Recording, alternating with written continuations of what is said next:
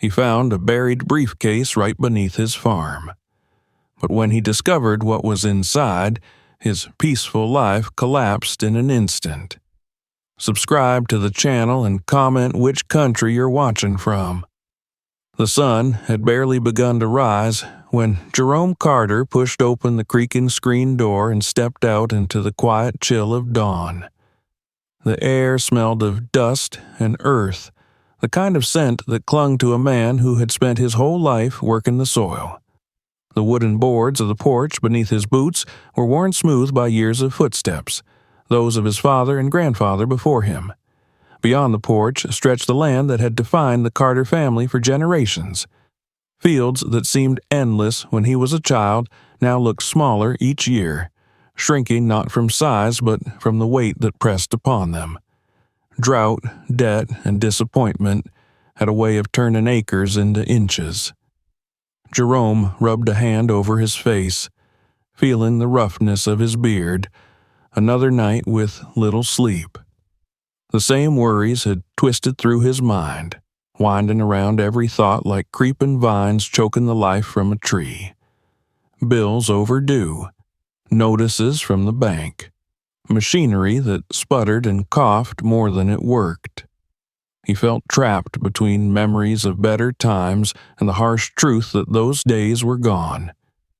Still, he could not walk away, not when this land was everything.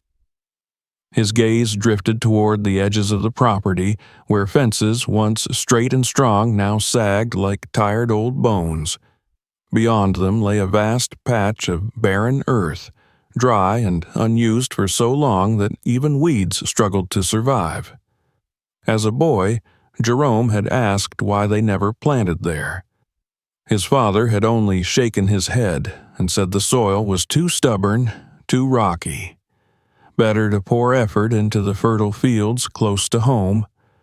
But stubborn soil was still soil, Jerome thought now, and he was running out of ground. He walked toward the barn, the boards faded and red paint peeling away like flakes of old memory. Inside, his tractor waited, older than he cared to admit. He ran a hand along its dented side as though apologizing to a trusted friend he was about to push too hard yet again. He checked the oil, tightened a few loose bolts, and kicked a tire to test its resilience, though resilience was something he knew could not be measured by sound or pressure alone. The farm had always been a battle. His father, Samuel Carter, had spent his life fighting for every crop, every harvest. Jerome admired that determination. But where his father's fight seemed grounded in unwavering hope, Jerome's battle now felt like a last stand. When the rains failed, when buyers refused to pay a fair price, when the bank threatened foreclosure again and again, hope had begun to feel like a luxury he could no longer afford. Yet he remained, clinging to the vow he made as a young man holding his father's hand while the old man lay dying. The hospital room had smelled of disinfectant and wilted flowers.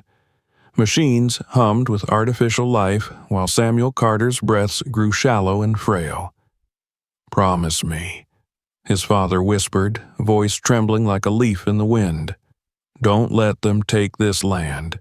It's your home, our legacy." Jerome had squeezed his father's hand and promised with a certainty he wished he still possessed. He could still feel the warmth of that hand, still hear the fading strength in that voice. He hadn't cried then. There hadn't been time for tears. There was too much work to do. And since that day, Jerome had carried the weight of that promise like a stone lodged permanently beneath his ribs. He climbed onto the tractor and turned the key. The engine growled, coughed, and then roared to life, sending vibrations through his bones.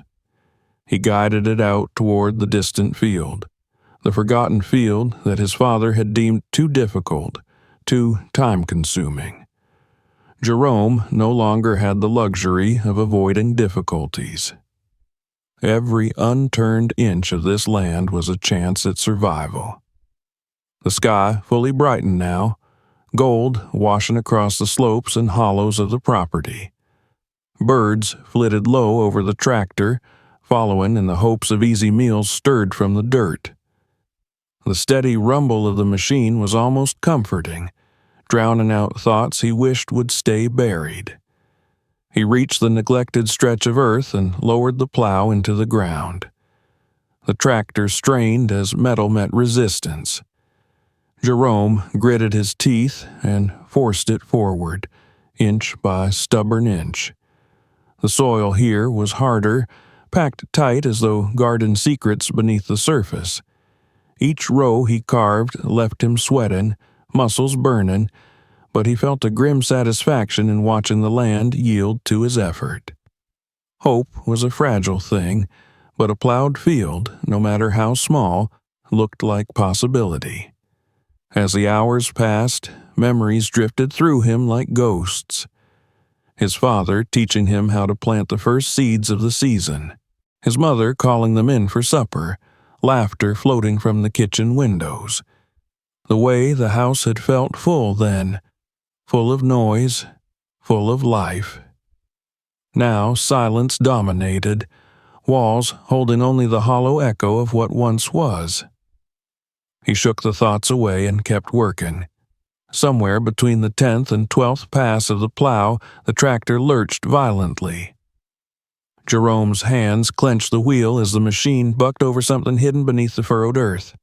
He cut the engine, the abrupt silence ringing in his ears. Dust hung in the air, glittering briefly before settling back into the soil. He climbed down and inspected the ground. A corner of metal glinted faintly, half buried. Probably just another rusted tool or scrap left to rot decades ago, he thought. This land had a way of swallowing anything that wasn't nailed down. He knelt, brushed aside clumps of dirt, and caught sight of something. Straight edges, reinforced corners, the suggestion of a handle. A box? No, bigger than a toolbox. It was something sealed, deliberate. A ripple of unease slid through him. This place had been ignored for years, untouched by anyone but the wind and weather. How long had this metal object slept under the weight of forgotten soil? Who put it there? Why? Jerome stood up slowly, wiping his palms on his jeans. The wind had stilled, and even the birds seemed to watch in anticipation.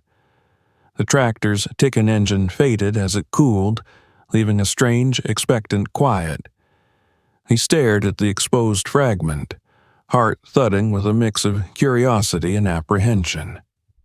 Tomorrow, he told himself, he would come back with proper tools, dig it out fully, and see what secrets the stubborn land had chosen to reveal. But, as he climbed back on the tractor, he couldn't shake the feeling that he had tugged at the edge of something much larger than an old piece of metal. Something that had waited beneath the earth for a very long time. Something that might change everything he thought he knew about his family's land. And as he drove back toward the house, the promise he once made to his father weighed heavier with every turn of the wheels. For the first time in years, Jerome felt a shift, small but undeniable. The earth was giving up its silence, and whatever it had buried, he was about to uncover. Jerome barely slept that night. Every time he closed his eyes, the glint of that hidden metal flashed in the darkness behind his eyelids. He tossed and turned, the old bed springs creaking in protest beneath his weight. Outside, coyotes howled in the distance, answering one another across the open land, and the sound only fed the restless unease rising inside him. The farm seemed unusually alive, as if the very soil anticipated what tomorrow would bring. When the first hints of dawn colored the windows, Jerome forced himself out of bed. He drank a cup of stale coffee in silence, staring out over the fields that were now stained gold by the awakening sun. His gaze instinctively found the far edge of the land where he had left his tractor and uncovered that mysterious fragment. Something waited there. Something that wanted to be found. He grabbed his gloves and a shovel, tools worn smooth from countless uses.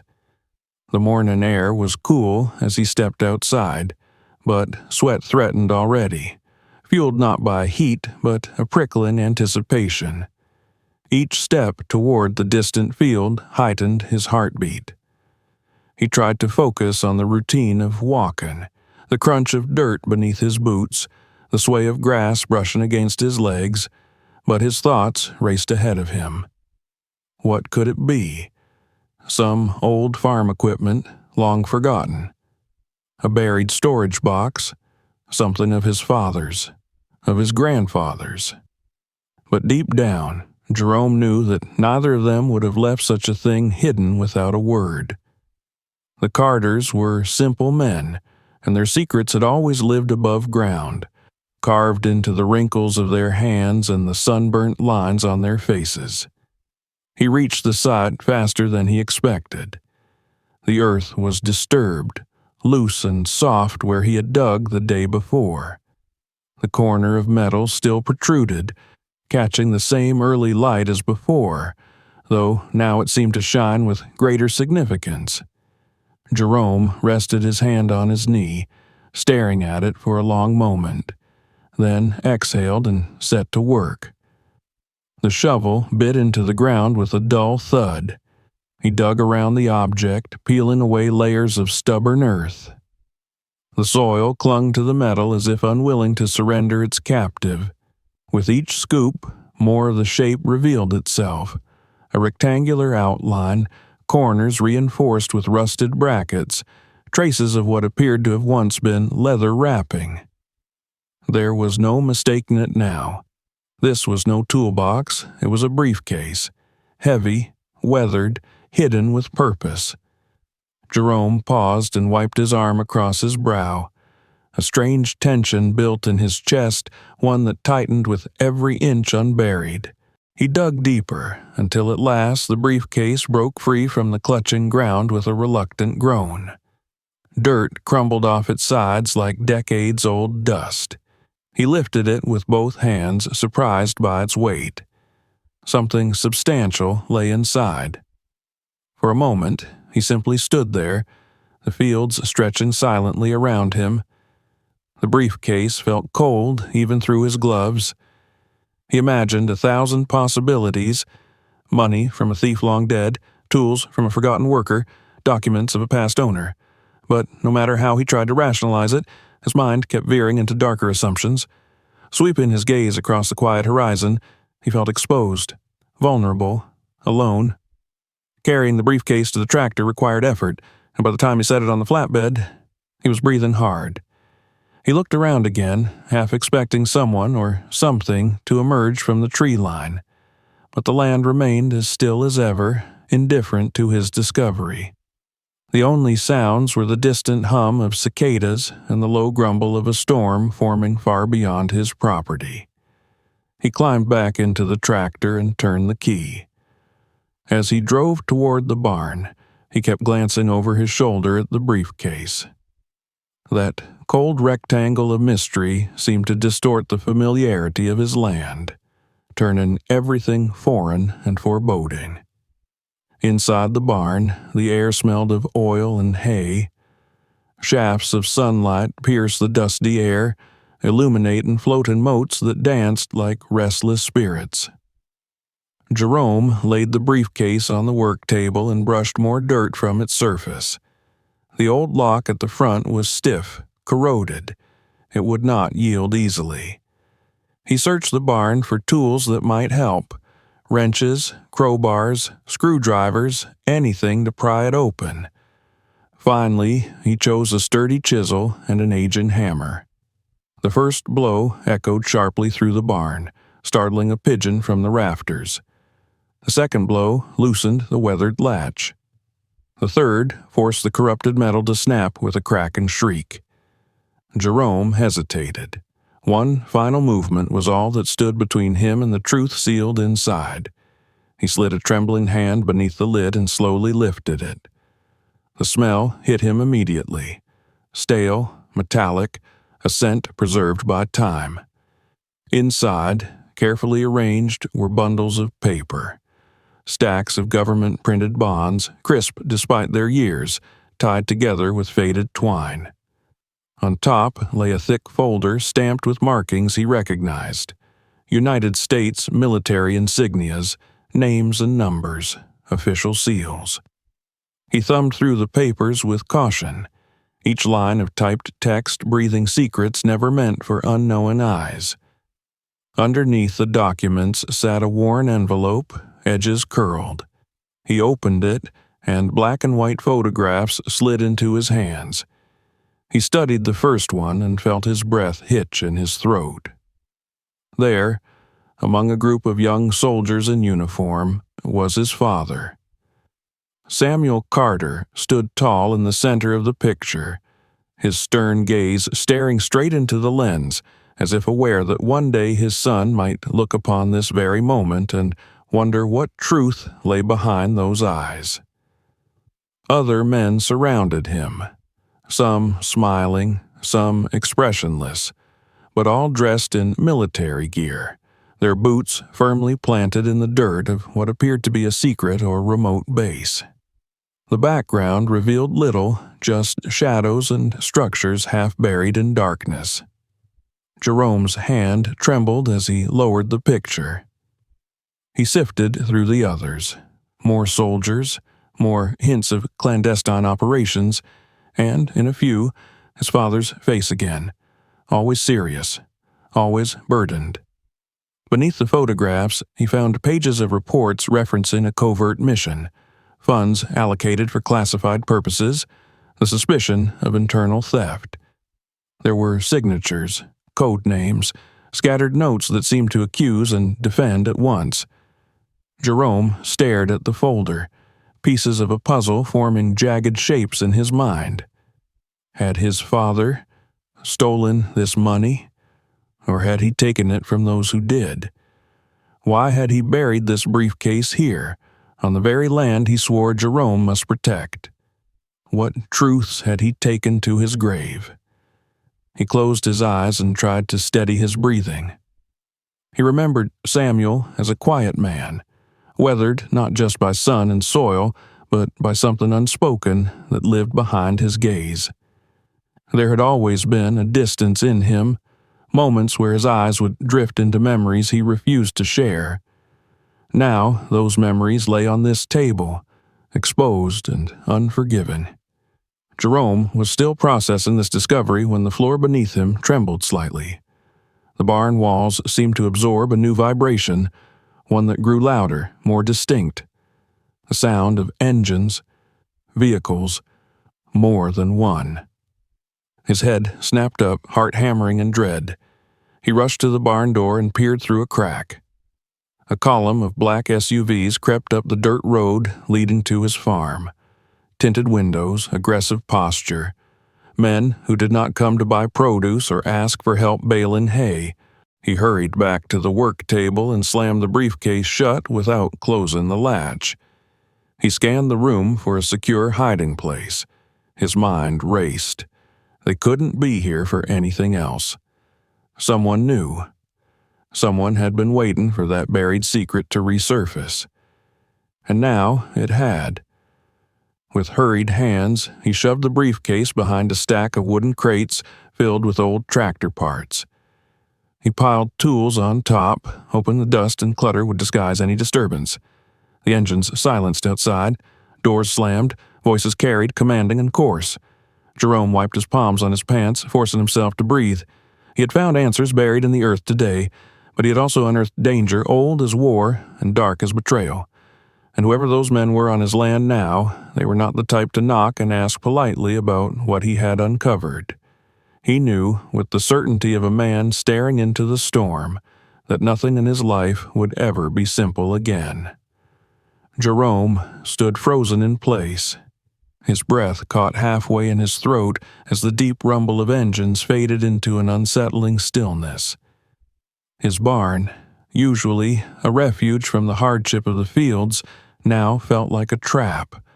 4 walls holding him hostage with the secrets he had just uncovered.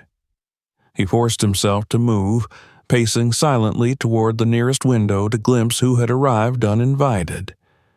Dust billowed around the boots of several men as they stepped out of their black vehicles. They walked with a firmness that spoke of authority, not the lawful kind that came with uniforms, but the kind that had been earned through intimidation and violence. They scanned the property like predators searching for weaknesses. Jerome's pulse hammered in his ears. His hands tightened into fists without him realizing. The photographs of his father were still clutched between his fingers, edges bending beneath his grip. He glanced down and saw his father's face staring back at him, unwavering and burdened. In those black and white eyes he saw an echo of the fear now twisting inside him. What had Samuel Carter been caught up in? And why had the past finally come calling? He shoved the photographs back into the envelope and carefully slid it beneath the briefcase behind the crates. The men were getting closer, their voices suddenly clear, short, clipped commands shared between them. Jerome recognized the tone. These weren't curious bystanders or friendly neighbors. They were men on a mission, and their mission started with him. He wiped the sweat from his brow and tried to calm the thundering panic in his chest. Whoever they were, they could not know that he had already opened the briefcase and read what was inside. If they suspected that his knowledge now threatened them, their response would not be polite conversation. He inhaled deeply, forcing a slow, steadying breath, and walked toward the barn door just as heavy knuckles slammed against it. When he opened it, 3 men stood in a neat line, looking like they belonged in another world entirely. Their jackets were clean and crisp, their hair trimmed with military precision. The one in front, a tall man with deep-set eyes and a jaw carved from stone, stared at Jerome as if measuring whether he was worth speaking to. "Morning," Jerome said, though his voice sounded rough and strained in his own ears. The leader's eyes flicked past him to the dim interior of the barn, scanning rapidly, noting every shadow, every tool, every lingering speck of dust. "We're looking for something," the man said. His voice was low, smooth, unused to asking permission. "Something that was lost a long time ago. You work in this land a while?" Jerome swallowed. The floor beneath his feet seemed unsteady. "All my life," he answered. "Then you know this property well." The man stepped closer, invading the space Jerome had instinctively tried to guard. "You must have seen all kinds of things come up over the years, items buried and forgotten." Jerome kept his expression as blank as he could, though his knuckles were white from how tightly he held the doorframe for support. "Just rocks. Old metal. Nothing special." The man's lips curled into something that wasn't quite a smile. "I hope you're a better liar than that," he murmured. Jerome's stomach dropped. The other men fanned out without being told, peering into windows, circling the barn. Their polished boots crunched through gravel and hay as if they owned the ground they walked upon. "What exactly are you looking for?" Jerome forced his voice to remain steady, though he felt like a blade suspended above the edge of a fall. "A briefcase," the leader replied. He watched Jerome's face closely, hungry for reaction. "It was left here a long time ago, lost by a friend of yours, Samuel Carter." He let the name hang in the air like a threat. "Ring any bells?"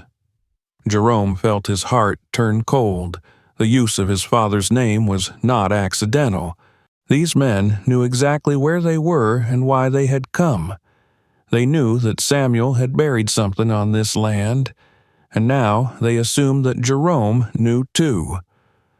"My father didn't have any friends who drove cars like those," Jerome said quietly. The man's jaw clenched once, a tiny twitch, but enough to tell Jerome his answer was not appreciated. "Listen carefully." The leader leaned in until Jerome could see the faint scar slicing along his cheek, a reminder that this man had been through more than boardrooms and casual threats. "We need that briefcase. We don't care how you found it or whether you know what's inside. But if you interfere," his voice dropped to a growl carrying a cold promise, "then this land will be the least of your concerns." Jerome's throat tightened. He glanced toward the fields where his father had labored under the sun every day of his life. He could almost see the old man's ghost standing there, watching, waiting to see whether his son would bend under pressure. "I don't know what you think is out here," Jerome said, with all the courage he could gather, "but there's nothing for you on this farm." The leader stared at him for a long moment, then nodded slightly. He stepped back, motioning for his men to leave the barn. "We'll be back," he said, and Jerome believed him without question. "I suggest you think carefully about what's important to you before that happens." The men returned to their SUVs, engines roaring to life once more. They didn't rush. They left slowly, deliberately, letting thick clouds of dust billow in their wake. The message was clear. They controlled the timing. They controlled the next move. And Jerome was now trapped in whatever game they intended to play. When the vehicles vanished down the road, Jerome's legs finally gave way. He stumbled to a stool and lowered himself before he fell outright. His breath shuddered in and out, hands trembling uncontrollably. He stared at the crates hiding the briefcase as if expecting the secrets inside to crawl out and reveal themselves. Inside those metal walls lay answers about his father, about this mission, about the men who had just threatened him. Answers wrapped in mystery and danger, now tied irrevocably to his fate. He stood again and reached for the briefcase. His fingers touched the cold metal with a reverence mixed with fear. He dragged it back onto the workbench and reopened it, staring once more at the documents that had already begun to warp the entire shape of his life. He picked up the topmost page, reading each word slowly. Funds allocated under secrecy. Military personnel assigned to transport. A timeline of events that led to those funds disappearing along with several soldiers. Among the signatures was his father's. Not forged, not incidental.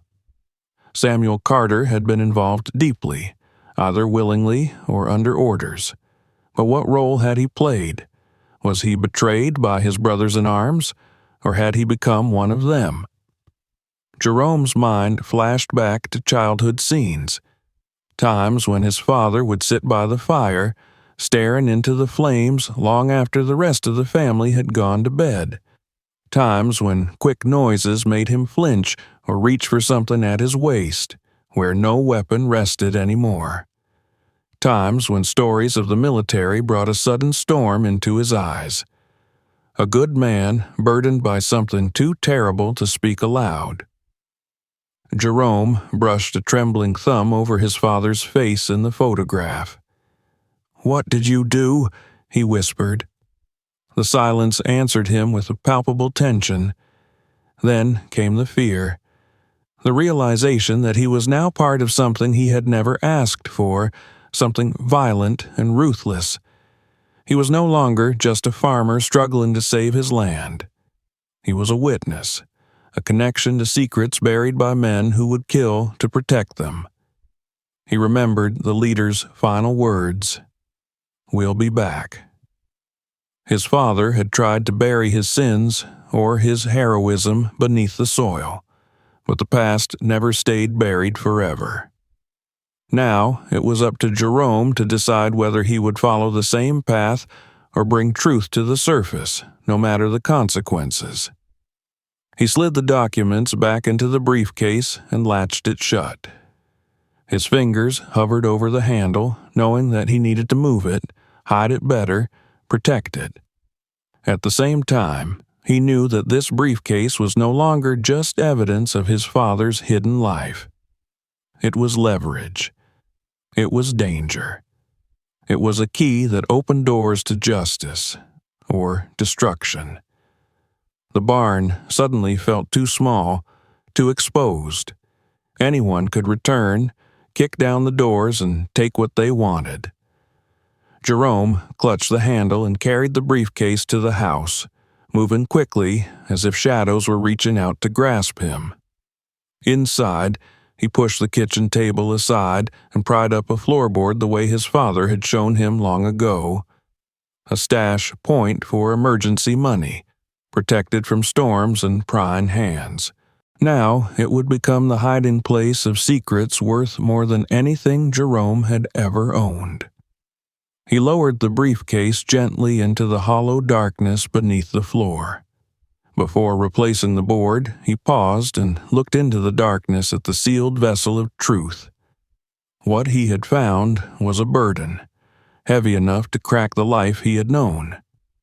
His father had carried this burden in silence for decades, alone. Now, Jerome carried it too. Wherever those men had come from, whatever they wanted, whatever they were willing to do, the battle lines had formed.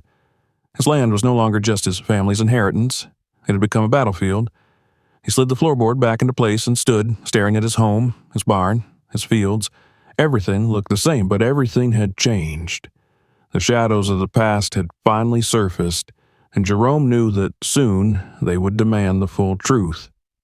And what he chose next would determine whether his father's legacy would be remembered with honor or erased by violence and fear. The storm was not coming. It was already here. The hours following the departure of the strangers stretched like a taut wire ready to snap at the slightest movement. Jerome paced through the house, unable to settle, unable even to sit.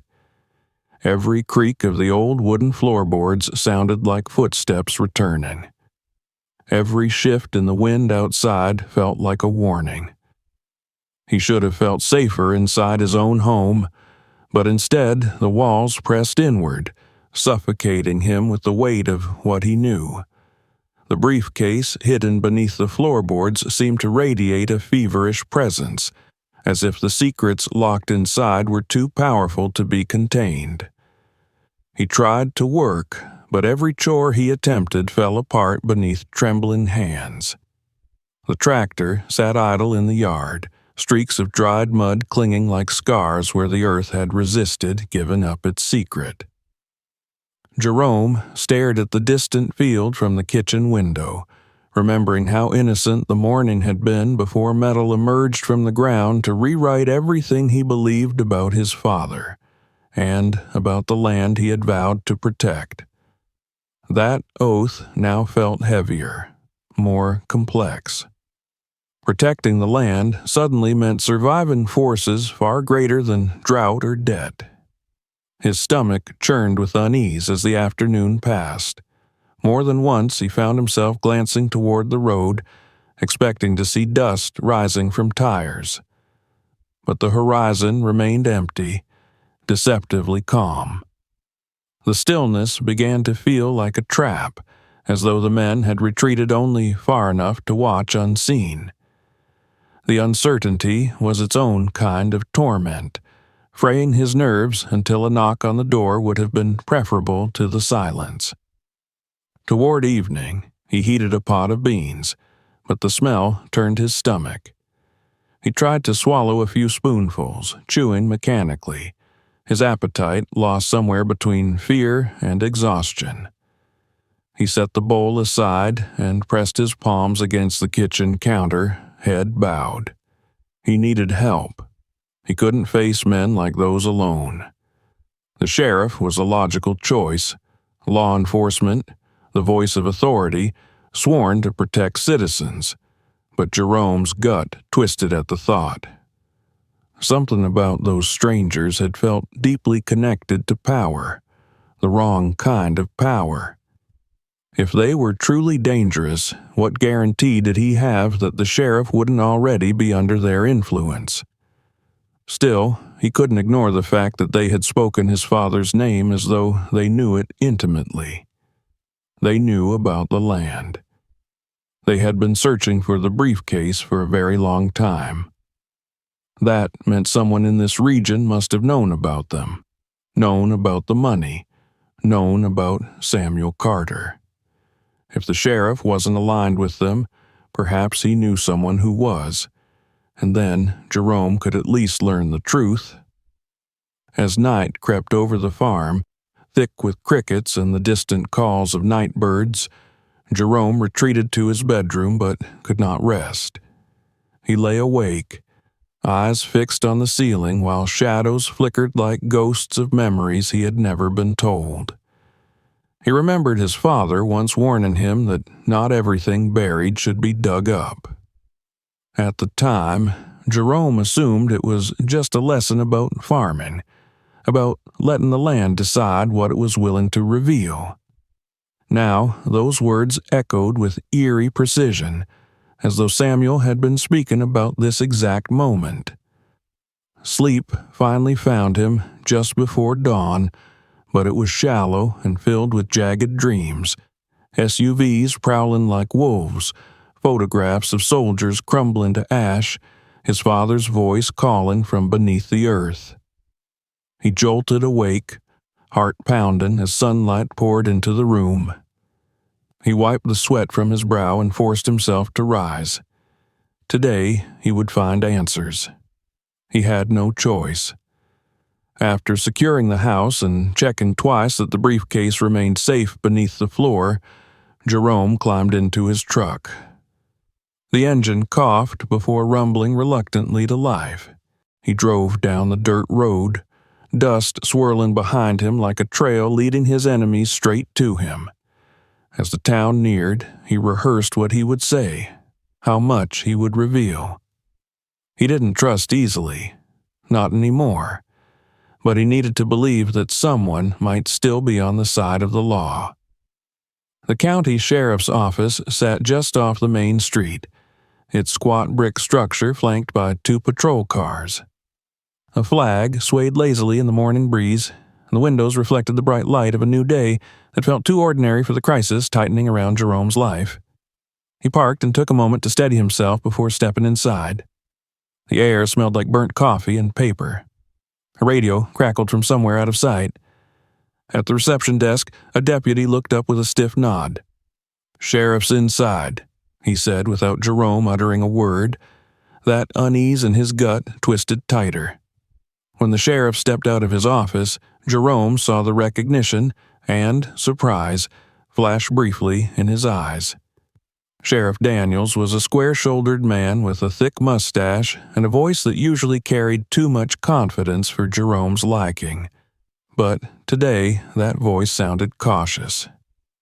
"Carter," he greeted, folding his arms. "I haven't seen you in a while. Something wrong on the farm?" Jerome didn't waste time. "Some men came out to the property yesterday," he said, measuring the sheriff's reaction. "They were looking for something buried. Said they knew my father." Sheriff Daniels' brows lifted slightly. "That so?" His tone was neutral, but a flicker of intrigue passed through his eyes. "Did they say who they were with? Military? Government?"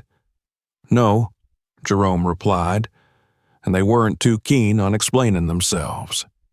The sheriff's eyes narrowed. "Did they threaten you?" The image of the leader leaning in, voice sharp enough to cut bone, flashed vivid as the barn itself. "They strongly implied that if I found anything, I should hand it over." The sheriff glanced back toward his office, as though contemplating information buried deeper than he wanted to reveal. "Men like that don't just show up without reason," he said finally. Where'd they say they were from?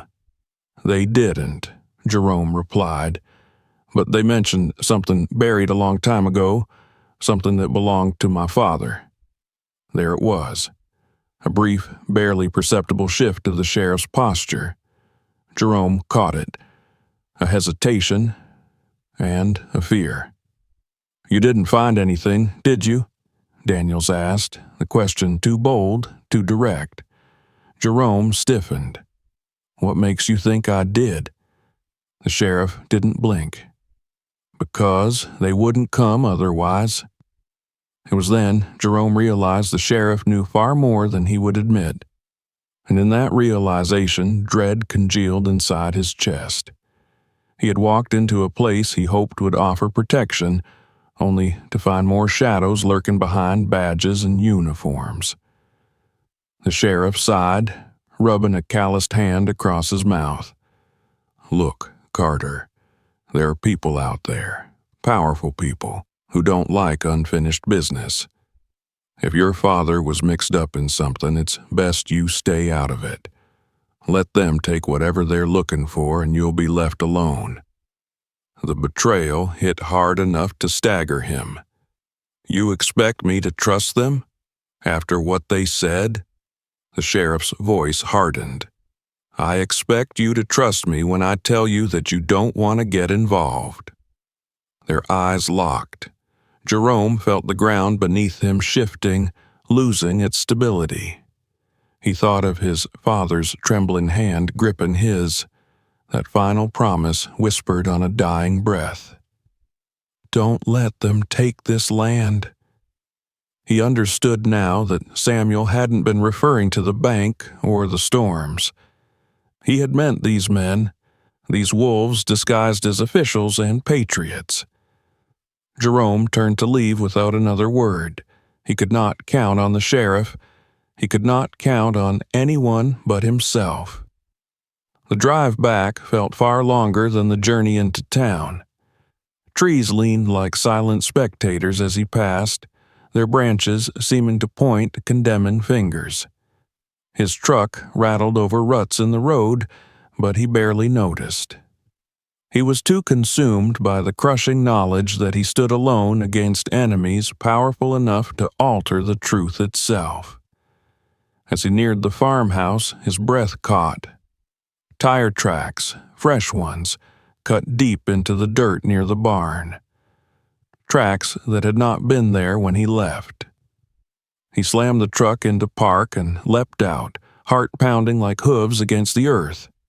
The barn door hung slightly ajar. Jerome rushed inside, every instinct braced for confrontation. The interior was a mess, tools scattered, crates overturned, hay trampled into the dust. They had searched. They had torn through every corner of his sanctuary. But had they looked inside the house? He sprinted for the porch, stumbling on the steps as fear clawed through his chest. He shoved the door open, scanning the living room, the kitchen, the hall. Furniture was disturbed, drawers open, cupboards rifled through. They had been here. They were looking. But the floorboard still lay just as he left it. He dropped to his knees and pried it up. The breath he'd been holding finally released when he saw the briefcase still resting in the hollow darkness. They hadn't found it. Yet. He set the board back and sat with his back against the cabinet, chest heaving. The men had returned already, just as they promised, and next time they might not leave without what they wanted, or without him. Outside, a hawk screamed, the sound slicing through the quiet like a warning. Jerome stared at the wall in front of him. The truth would not disappear. The wolves would return. And if he did nothing, if he continued to hide and hope, the past would consume him the same way it had consumed his father. His only chance was to find the truth first, to bring light into the darkness before the darkness swallowed him whole. And now he knew, with chilling clarity, that the danger was escalating. The time for fear was over. He would have to fight for the land, for his father's name, and for his own survival, because the wolves were coming back, and next time they would not knock. Jerome remained seated on the floor for a long time, unable to move, unable to think beyond the pounding of his own heartbeat. The house smelled faintly of overturned dust and the sweat of intruders whose presence lingered like a stain in the air. He felt violated, exposed, as though strangers had pried into the very core of his life and judged it worthless unless it contained what they wanted. His father's legacy, once a source of pride, had become bait in a dangerous game he never agreed to play. The sun was still high when he finally pushed himself up, pacing the house with uneven steps. Closets lay open like mouths hung in silent gasps. Drawers were yanked so forcefully that one had splintered, wooden fragments scattered across the floor. They had gone through everything except the hidden board beneath the kitchen floor, his father's last line of defense. The men had been close, terrifyingly close, and the thought made Jerome's hands tremble with renewed fear. Had they found anything else? Any clue that led them to guess the secret was still there? He forced himself to check every room, searching for anything missing, anything planted. But what unsettled him most was the impression that the intruders had not left in anger. They had left confident, as though they believed he would eventually give them what they wanted, as though time itself was their ally. Jerome stumbled onto the porch and let the fresh air fill his lungs.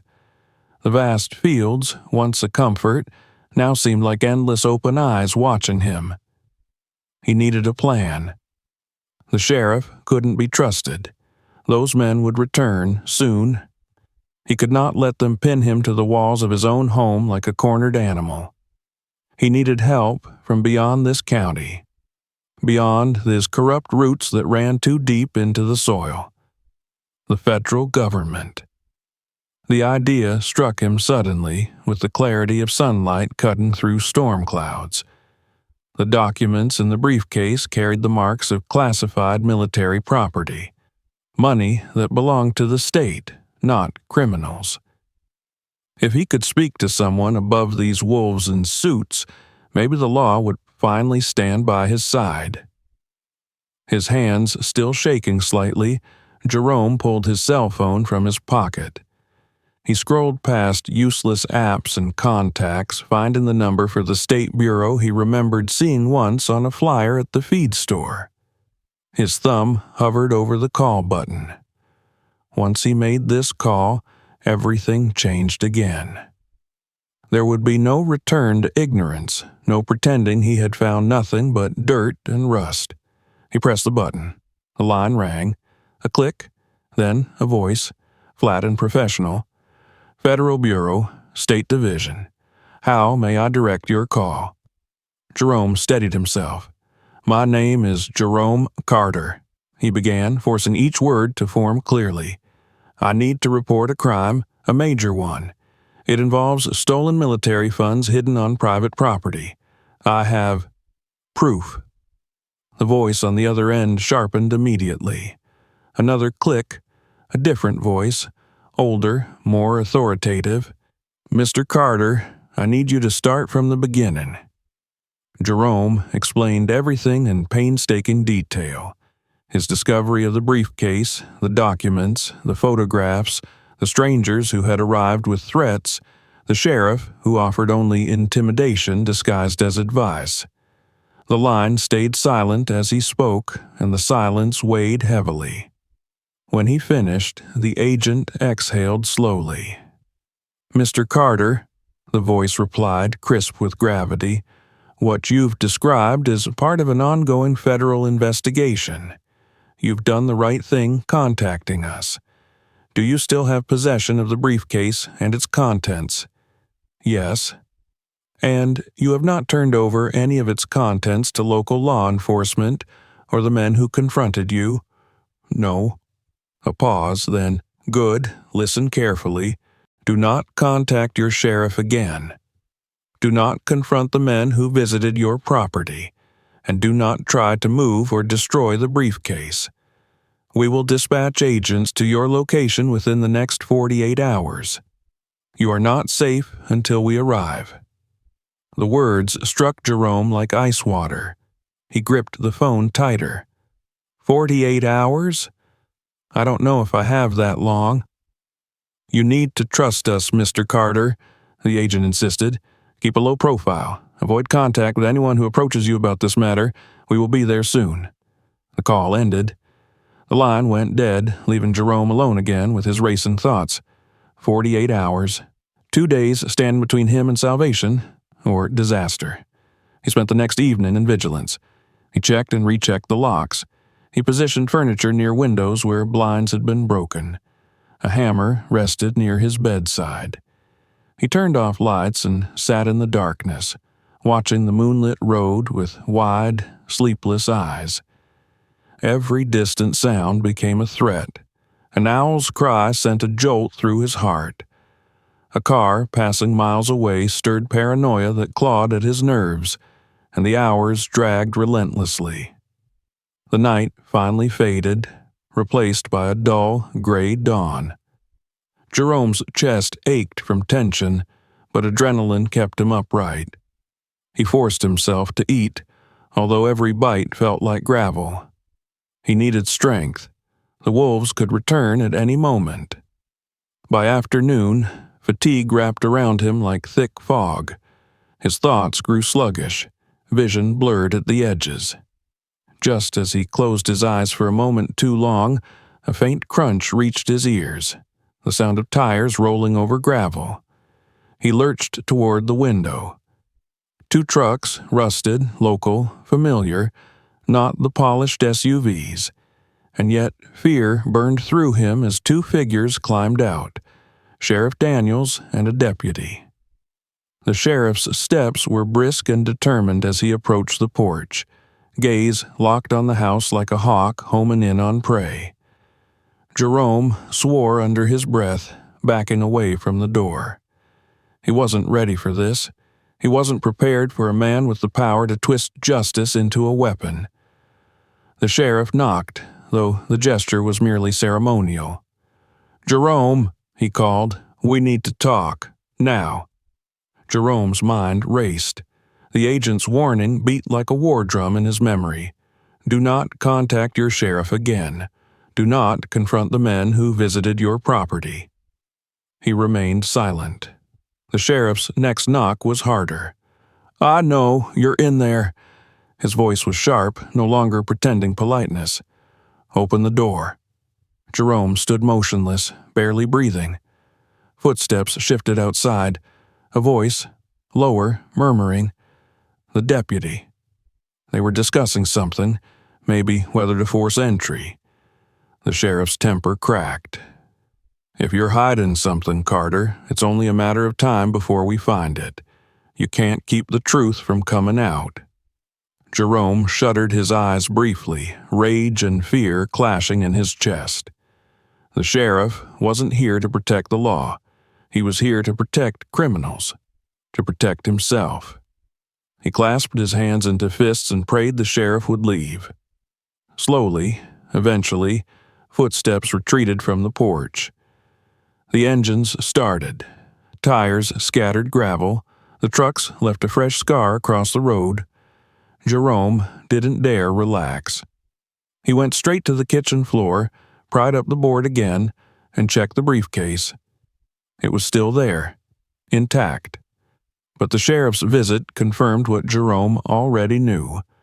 The walls of his world were closing in tighter every day. Night returned with renewed terror. No matter how vigilant he was, exhaustion gnawed away at his resolve. He forced himself to lie down, though sleep would not truly come. Dreams twisted into nightmares. Uniforms loomed above him, faceless and armed. His farm burned, fields turning black beneath smoke that choked the sky. His father's voice echoed as if from beneath the ground, urging him to stand firm. Jerome woke, gasping, drenched in sweat, and for a moment he felt like a child again, unequipped, unworthy, overwhelmed. But the farm was silent. The road was empty. His lungs eventually found rhythm. He sat up in the dim room and realized something solid had settled inside him through the fear. Resolve. His father had faced these wolves once before and refused to surrender. Jerome would not be the weak link that undid that sacrifice. 48 hours. He only needed to hold out 48 hours. He dressed, strapped on his boots, and stepped outside as the sun climbed over the horizon. The threat remained. The fear lingered.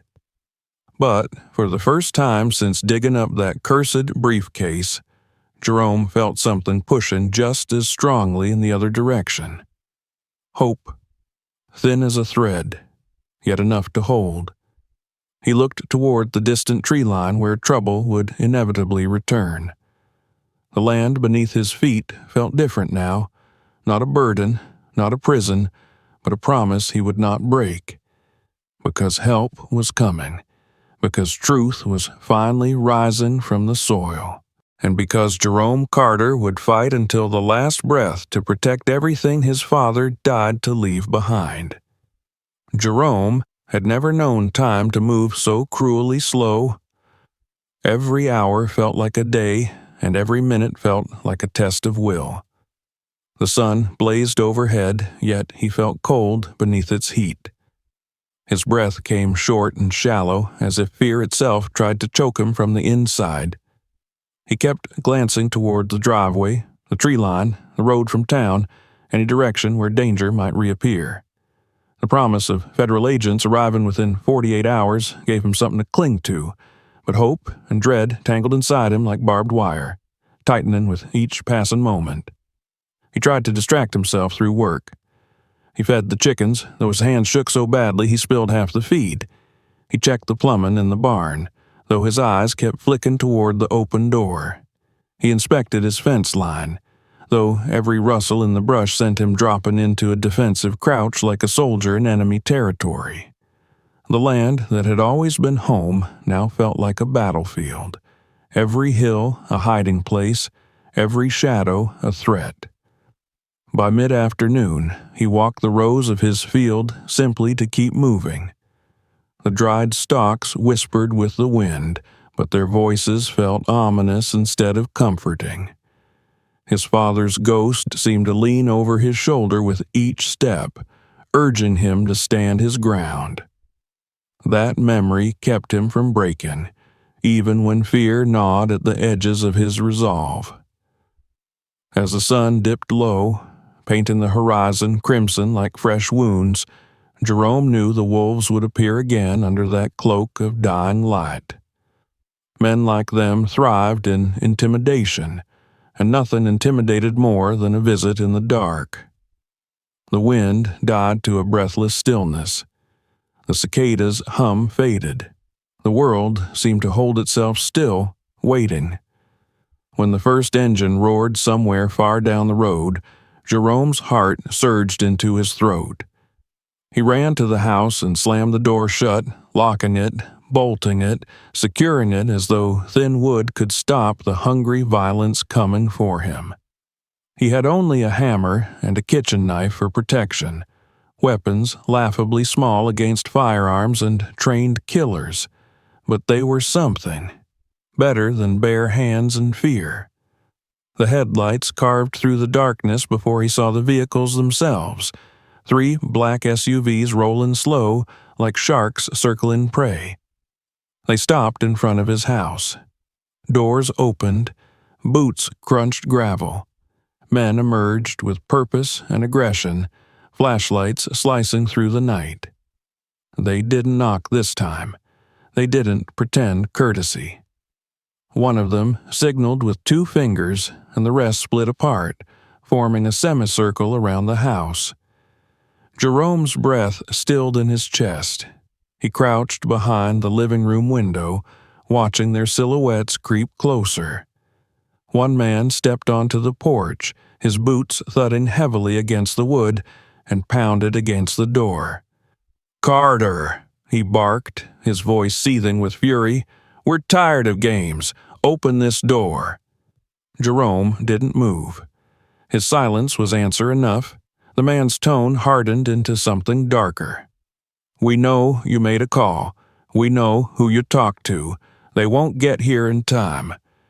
You have something that belongs to us, and you're going to hand it over." A fist crashed against the door, once, twice, then again, each strike stronger, splintering the wood. Jerome backed away into the hall, clutching the hammer tightly. They wouldn't wait much longer. They would break in, seize the briefcase, and kill him to bury the evidence forever. He needed to be faster than their rage. He remembered the tunnels his father once dug for irrigation, shallow trenches that snaked through the property to drain floodwater into the lower fields. Those trenches now lay mostly forgotten beneath the tall grass and weeds. But Jerome had walked them 1,000 times as a boy. In the dark, with his eyes closed. He knew every twist and turn. There was still a way out. The back door would be watched, but beneath the pantry floor his father had built an emergency hatch years ago, a precaution for storms or wildfires. Jerome rushed to the kitchen, ignoring the violent cracking of the front door behind him.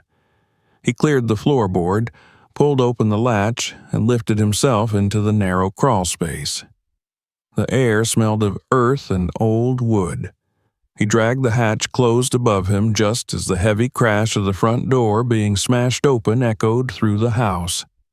Boots thundered across the floorboards, furniture was knocked over, glass shattered. They were inside. Jerome crawled forward, his breath ragged, dirt pressing into his palms. The tunnel was barely wide enough for his shoulders, but he forced his body through, inch by inch. He could hear muffled voices above him, angry, impatient, predatory. "He's still here somewhere. Find that case. Hurry, we don't have much time before—" The rest of the sentence cut off as Jerome pushed deeper into the darkness. The tunnel opened finally into the irrigation ditch behind the barn. He crawled out into the night air, gasping for breath. In the distance, the men had scattered, searching the wrong places. He looked toward the shed. There was a chance, a slim one, that he could circle around and buy himself time. His mind raced. The agents had promised help. But what if they didn't come soon enough? He needed something to level the field, a weapon, leverage, anything. His father had always said the land could fight with you, if only you knew its secrets. Jerome wasn't a soldier, he wasn't trained, but he had one advantage. This was his territory. He sprinted to the barn, hugging the shadows.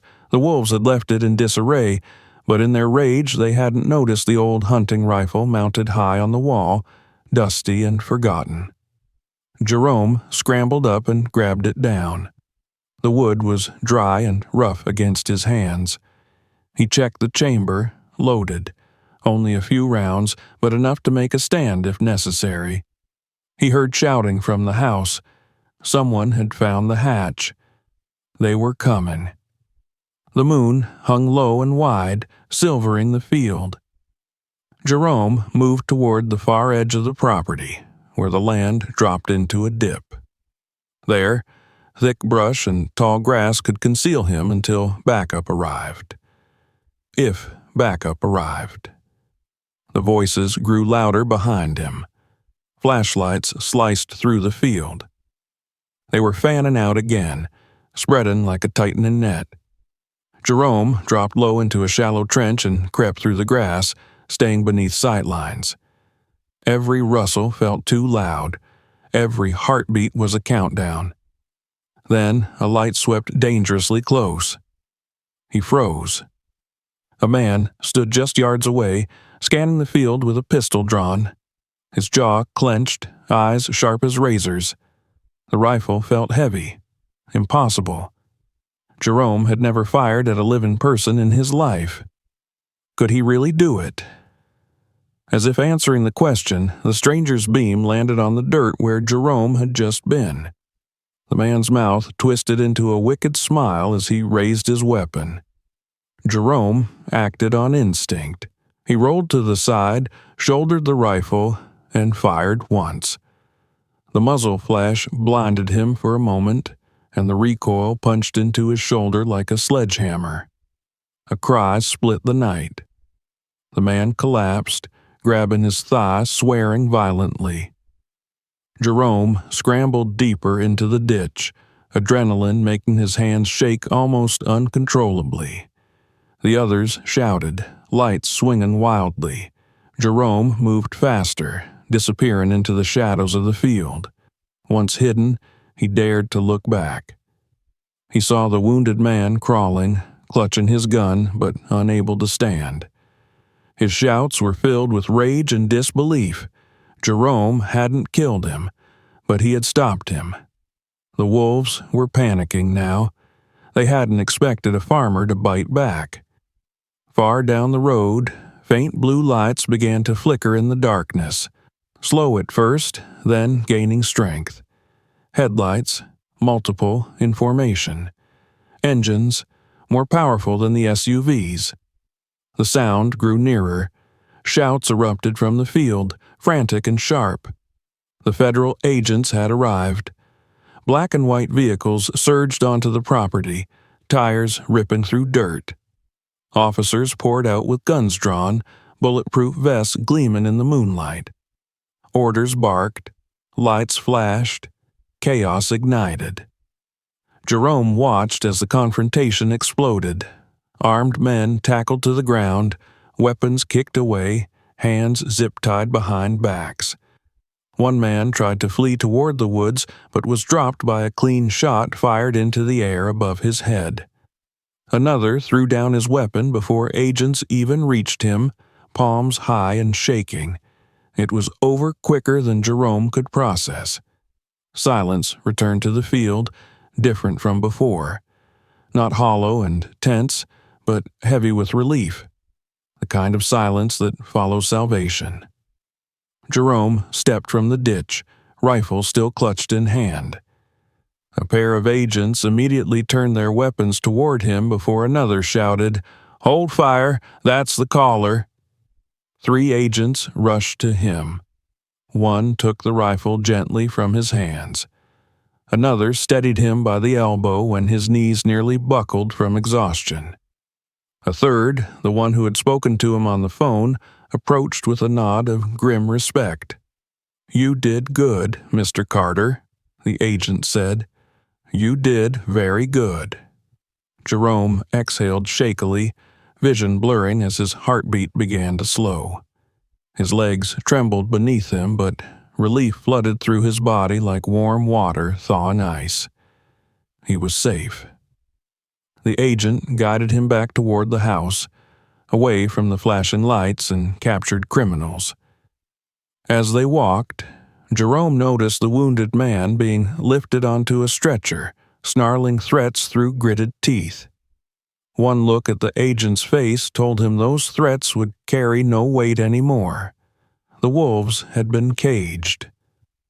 Inside the house, Jerome sank into a chair at the kitchen table. His hands were still shaking as an agent poured him a glass of water. Another knelt to lift the hidden floorboard and recover the briefcase. He opened it just enough to verify the contents.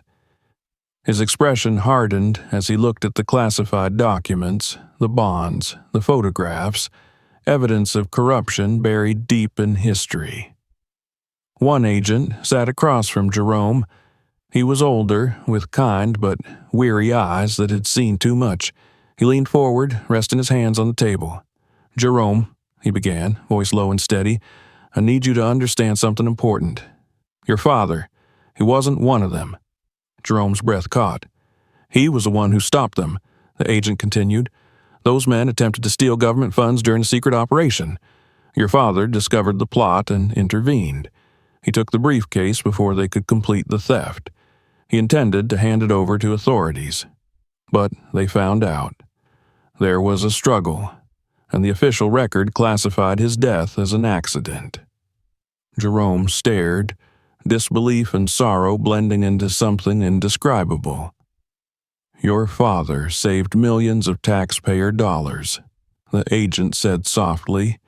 "He risked everything to do the right thing, but he didn't make it in time.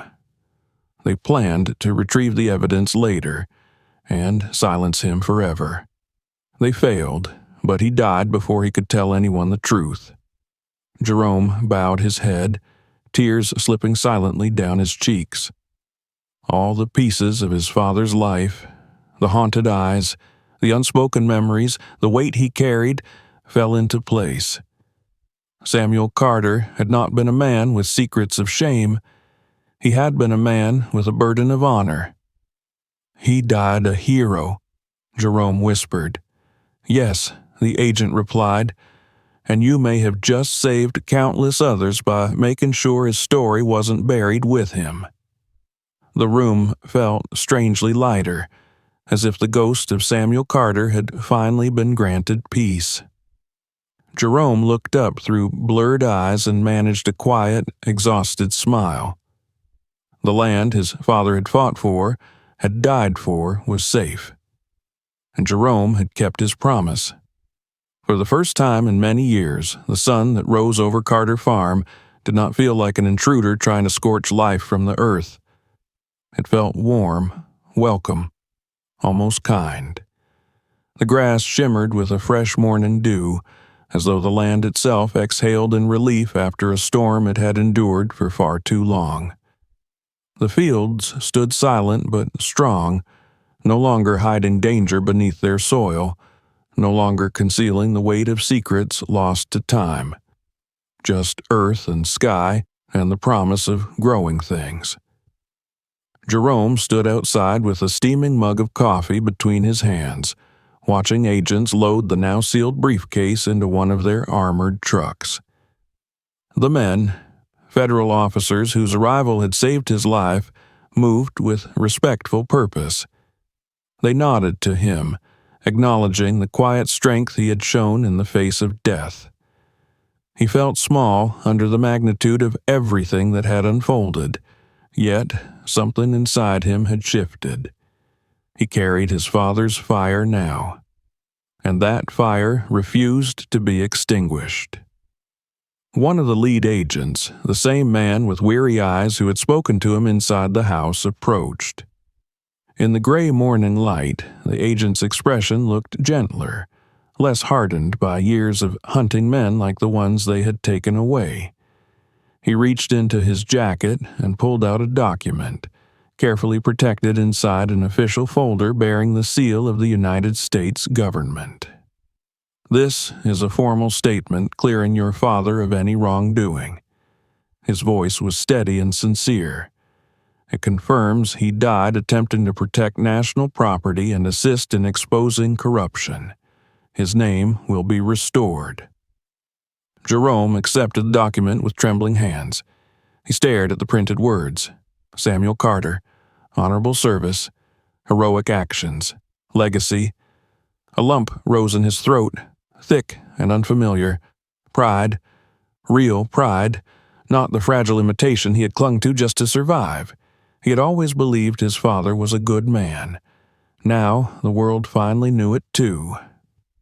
"There's more," the agent continued, and Jerome looked up, uncertain how much more his heart could handle. "Due to the role you played in assisting federal law enforcement during an active investigation, and given the danger you were placed in, compensation will be issued to you. Your debts will be cleared, and the state has agreed to grant this property a protected designation. This farm isn't going anywhere. It's yours." The words echoed like the ringing of a church bell, clear, undeniable, miraculous.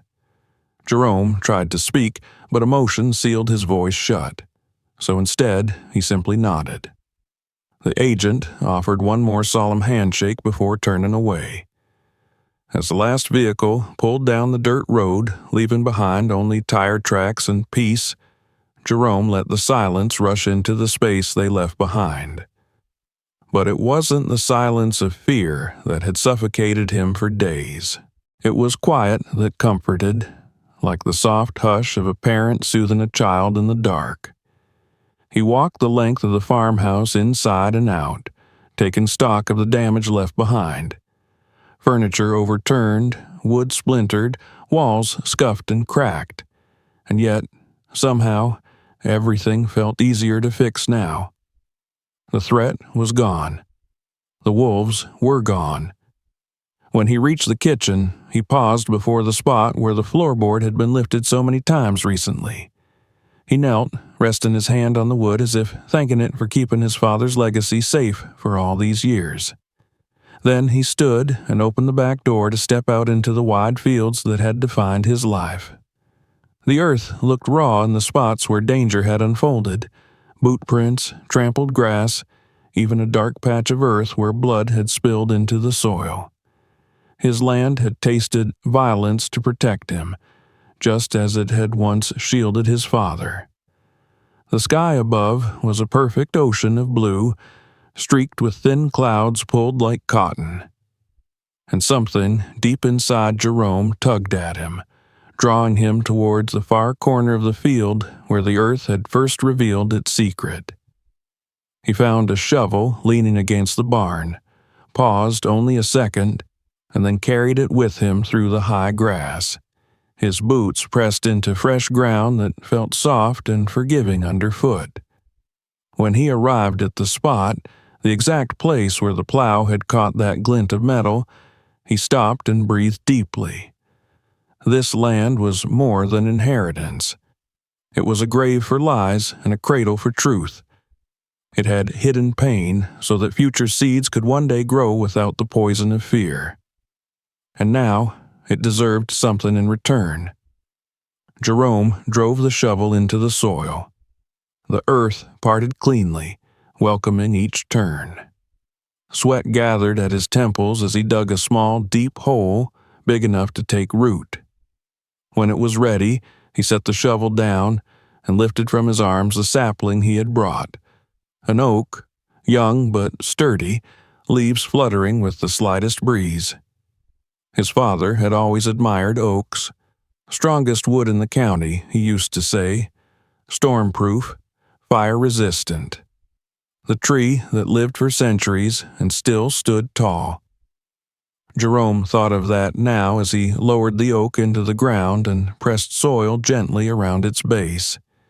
He packed the earth with his palms, leaving a small mound like a promise. The tree stood straight and proud, a green banner declaring survival. But to Jerome, it was more than just a symbol. It was his father's monument.